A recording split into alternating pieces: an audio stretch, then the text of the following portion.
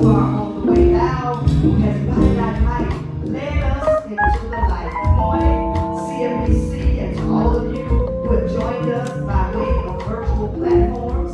This is the day that the Lord has made, and we rejoice and we are glad in it. Do me a favor if you haven't already done so. Take a moment and like and share this worship experience. Like and share this worship experience on Facebook. Subscribe to our YouTube channel. Share this worship experience with a friend, a colleague, a family member who is in need of a word, who needs to be encouraged.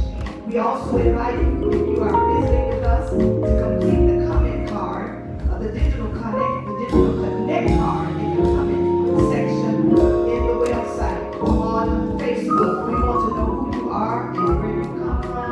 We know that social media and this virtual environment has decentralized our experiences, and so you had many options today of where you could worship. But we thank God you stopped by to worship with us. We'd like to know who you are, and we'd like to communicate with you in a more tangible and personal way in a later day. Also, if you have prayer requests, please list those prayer requests in the comment section.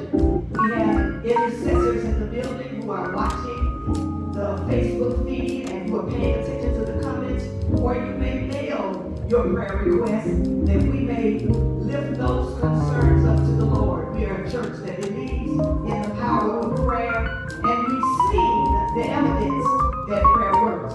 And so whether you are a visitor or a member, we invite you to share those prayer requests with us today. Well, happy early Valentine's Day and Love Day to all of you. God is love, and love is God. He or she that loveth not, knoweth not God. We thank God that before there was a Valentine's Day, we knew a God who loved us. And so we thank God for this day. We thank God for this day that we're reminded of the efficacy of love. Not just eros, but agape love. Not just romantic love, but that kind of love that is self-sacrificing and beneficial. That type of love that is a love of mutuality, that thinks more highly of others than it thinks of itself. That kind of love that calls God to send Jesus, His Son, into the world that we might have life and that we might be saved and safe. Help me now wish a happy birthday to the following members. One of our seniors had a birthday this week, Mother Ida Nelson.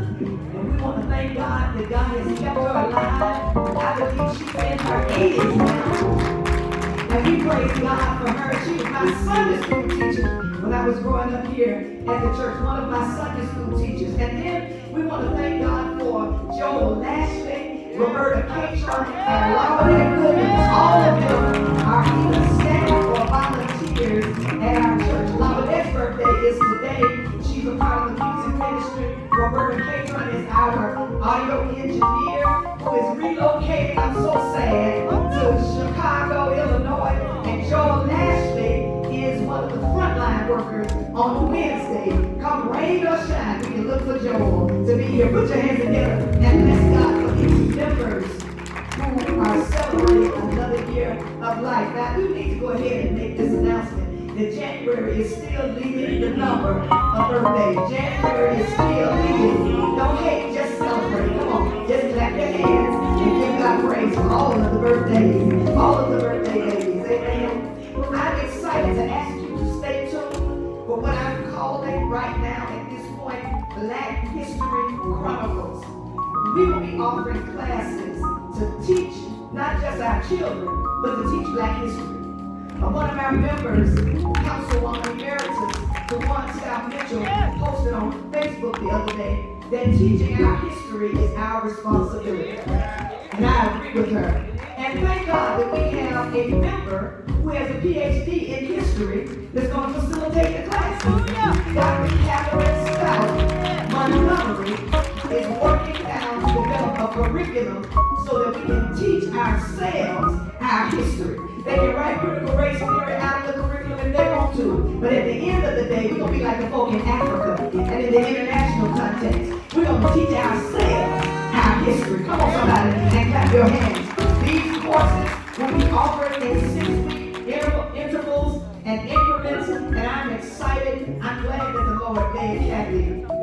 Memphis. She received her PhD in history from St. Louis University, and she's also a journalist. And I'm just excited about what this is going to mean, not just for our church, but for anyone who wants to take part in these classes. I'm calling it Black History Chronicles right now. Cat might change it, but for right now, mark your calendars.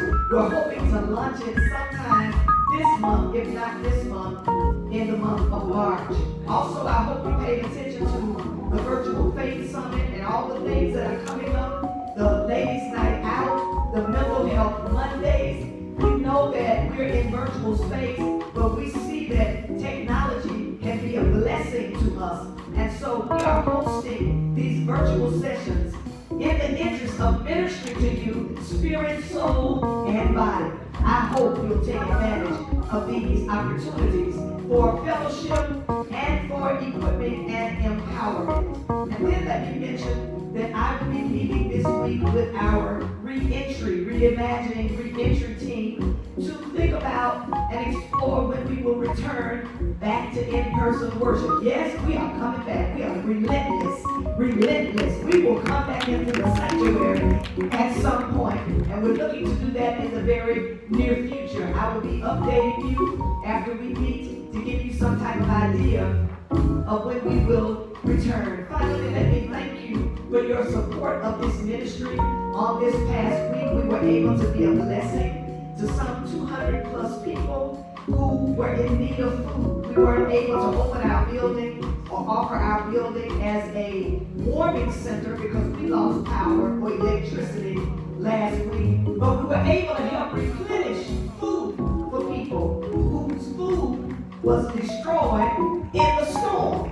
So even though we couldn't provide lights and electricity, we were able to provide food. Somebody give God praise. Somebody shout every week. Every week, this church feeds the community. Some 200, 150 to 200 boxes every week. It's a blessing to be a blessing. And so I invite you now, as the media ministry places the giving options on the screen, to give generously and liberally, that we might do ministry consistently, that we might not just do ministry at Christmas or for the holidays, but every day we might be the church in the world, extending the witness of Jesus Christ. You may scan the QR code if you'd like to give, or you may use one of the platforms that has been listed on the screen. But whatever you do, we invite you to invest in this ministry, that we might continue to be a blessing to this community and to the world. As you prepare your gifts, let's go to God in prayer. God, how grateful we are that you satisfy every need and every desire. Every good and perfect gift comes from you. You are the Father.